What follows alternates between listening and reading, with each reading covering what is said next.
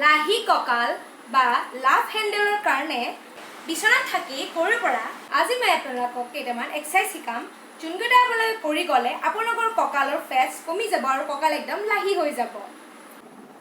First এক্সাৰচাইজটো হ'ল Russian twist.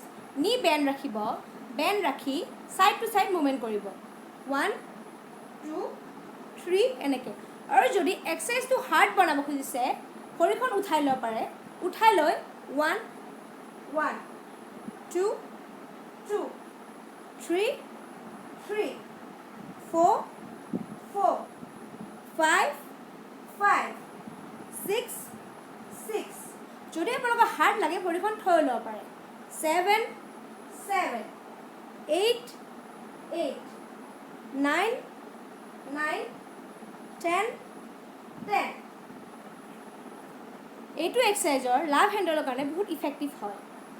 লাহে লাহে প্ৰথমতে ভৰিখন থৈ কৰিব, দেন হাৰ্ড বনাবৰ কাৰণে ভৰিখন উঠাই লৈ কৰিব।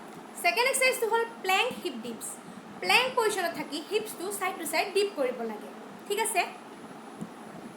প্লেংক পজিশ্যনত আহি পেলাই ছাইড টু ছাইড ডিপছ 1 1 2 2 3 3 4 4 5 5 6 6 7 7 8 8 9 9 10 10।